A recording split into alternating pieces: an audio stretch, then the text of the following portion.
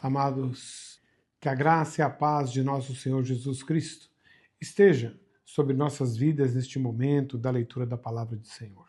Que Deus continue presente em todo momento que estivermos aqui lendo a palavra e que Deus continue presente na sua vida em todos os momentos que você estiver pisando nessa terra.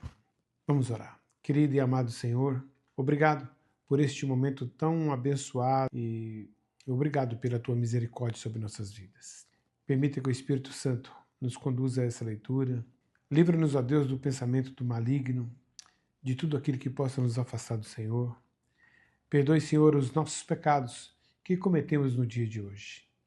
Perdoe, Senhor, os pecados que vamos cometer, Deus. Nos ajude, Espírito Santo, a entendermos a tua palavra e colocarmos em prática. Em nome de Jesus, te agradecemos. Amém. Salmos 45. Lindas palavras comovem meu coração. Recitarei um belo poema a respeito do rei, pois minha língua é como a pena de um habilidoso escritor. Tu és o mais belo de todos. Palavras graciosas fluem de teus lábios. Sim, Deus te abençoou para sempre. Põe em tua espada à cintura, ó poderoso guerreiro. Tu és glorioso e majestoso. Em tua majestade, cavalga para a vitória e defende a verdade, a humildade e a justiça. Avança e realiza feitos notáveis. Tuas flechas são agudas e atravessam o coração de teus inimigos. As nações caem a teus pés. Teu trono, ó Deus, permanece para todo o sempre. Tu governas com cetro de justiça. Amas a justiça e odeias o mal. Por isso, Deus, o teu Deus, te ungiu. Derramou sobre ti o óleo da alegria, mais que sobre qualquer outro. Mirra, aloés e cássia perfumam tuas roupas. Em palácios de marfim, instrumentos de corda te alegram. Entre as mulheres de tua corte, há filhas de reis. À tua direita está a rainha, usando joias de ouro puro de Ofir. Ouça, ó filha do rei, leve a sério o que digo. Esqueça o seu povo e sua família. Pois o rei, seu marido, se encanta com sua beleza. Honre-o, pois ele é seu senhor. A cidade de Tiro a cobrirá de presentes. Os ricos suplicarão por seu favor.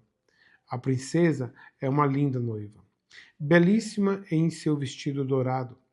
Em suas roupas bordadas é levada até o rei, acompanhada de suas damas de honra. Formam um grupo alegre e festivo, que entra no palácio real. Teus filhos serão reis, como o pai deles. Tu o farás governantes de muitas terras.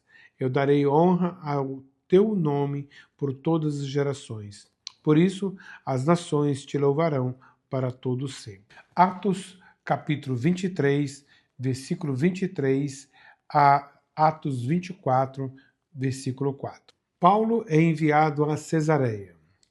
Então o comandante chamou 2 de seus oficiais e ordenou: preparem 200 soldados para partir a Cesareia hoje, às 9 da noite. Levem também 200 lanceiros e 70 soldados a cavalo. Providencie um cavalo para Paulo e leve-no em segurança ao governador Félix. Em seguida, escreveu a seguinte carta ao governador: De Cláudio Lísias, ao excelentíssimo governador Félix, saudações. Este homem foi capturado por alguns judeus que estavam prestes a matá-lo. Quando cheguei com meus soldados, Este homem foi capturado por alguns judeus que estavam prestes a matá-lo quando cheguei com meus soldados. Ao ser informado de que ele era cidadão romano, transferi-o para um lugar seguro. Então, levei-o diante do Conselho Supremo dos Judeus para investigar o motivo das acusações. Não demorei a descobrir que ele era acusado de algo relacionado à lei religiosa. Sem dúvida, nada que justificasse a pena de morte ou mesmo a prisão. Fui informado, porém, de uma conspiração para matá-lo e enviei-o de imediato ao Senhor. Também informei aos acusadores que devem apresentar suas denúncias diante do Senhor. Naquela noite, os soldados cumpriram as ordens que havia recebido e levaram Paulo até Antipatri. Voltaram à fortaleza na manhã seguinte, enquanto a cavalaria prosseguiu com ele. Quando chegaram a Cesareia, apresentaram Paulo e a carta ao governador Félix. O governador leu a carta e perguntou a Paulo de que província ele era. Da Cilícia, respondeu Paulo. Ouvirei seu caso pessoalmente quando seus acusadores chegarem, disse o governador. Em seguida, ordenou que Paulo fosse mantido na prisão do palácio que Herodes havia construído. Capítulo 24 de Atos. 5 dias depois, o sumo sacerdote Ananias chegou com alguns dos líderes do povo e um advogado, chamado Tértulo, para exporem ao governador sua causa contra Paulo. Quando Paulo foi chamado, Tértulo apresentou as acusações. Excelentíssimo Félix, o senhor tem proporcionado a nós, judeus, um longo período de paz e com perspicácia tem realizado reformas que muito nos beneficiam. Por todas essas coisas, nós lhe somos extremamente gratos.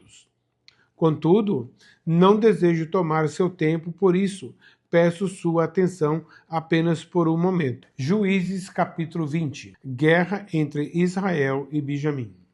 Então todos os israelitas se uniram como um só homem, desde Dan ao norte até Berseba, ao sul, incluindo os que moravam na terra de Gileade. A comunidade toda se reuniu na presença do Senhor em Mispa. Os líderes de todo o povo e de todas as tribos de Israel, 400.000 guerreiros armados com espadas, tomaram seus lugares na reunião sagrada do povo de Deus.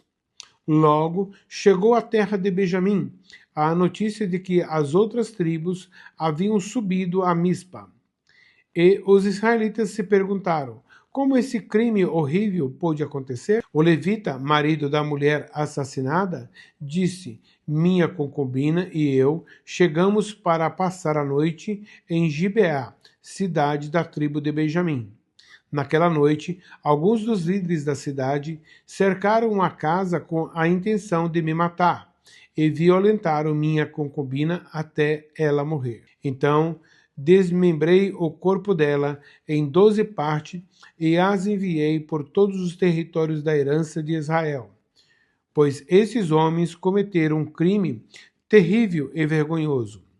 Portanto, todos vocês, israelitas, decidam agora o que se deve fazer a este respeito.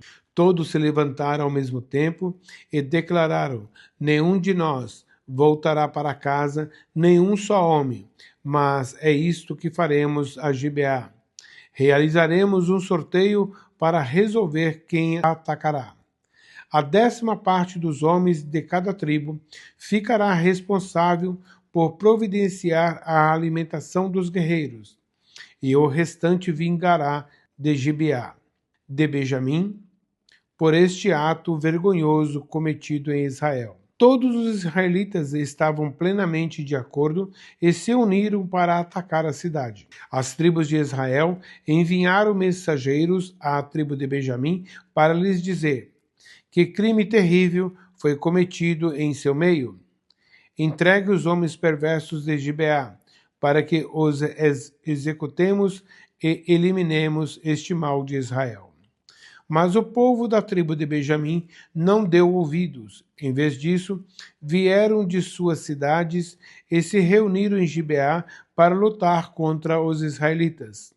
Ao todo, 26.000 guerreiros armados com espadas chegaram a Gibeá para se juntar à tropa especial de 700 homens que viviam ali. Dentre todos estes guerreiros, havia um grupo de 700 canhotos, e cada um deles conseguia atirar uma pedra com uma funda e acertar um fio de cabelo com precisão. Sem os guerreiros de Benjamim, Israel tinha 400.000 soldados hábeis no uso da espada. Antes da batalha, os israelitas foram a Betel e perguntaram a Deus: qual das tribos deve ir primeiro e atacar o povo de Benjamim? O Senhor respondeu: Judá irá primeiro. Na manhã seguinte, os israelitas partiram bem cedo e acamparam perto de Gibeá.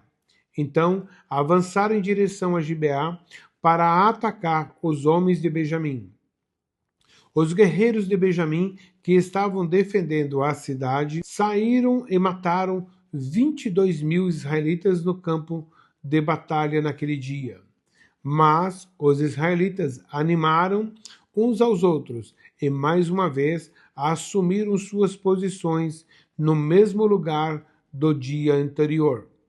Eles tinham subido a Betel e chorado na presença do Senhor até a tarde. Haviam perguntado ao Senhor: devemos lutar novamente contra nossos parentes de Benjamim? E o Senhor tinha dito: saiam e lutem contra eles. Saíram no dia seguinte para lutar novamente contra os homens de Benjamim. Mas os homens de Benjamim, que haviam partido de Gibeá, mataram mais 18.000 israelitas, todos hábeis no uso da espada. Então, todos os israelitas subiram a Betel, chorando na presença do Senhor, e jejuaram até a tarde. Também apresentaram ao Senhor holocaustos e ofertas de paz. Os israelitas subiram para buscar a direção do Senhor. Naqueles dias, a arca da aliança de Deus estava em Betel, e Finéias, filho de Eleazar e neto de Arão, era o sacerdote.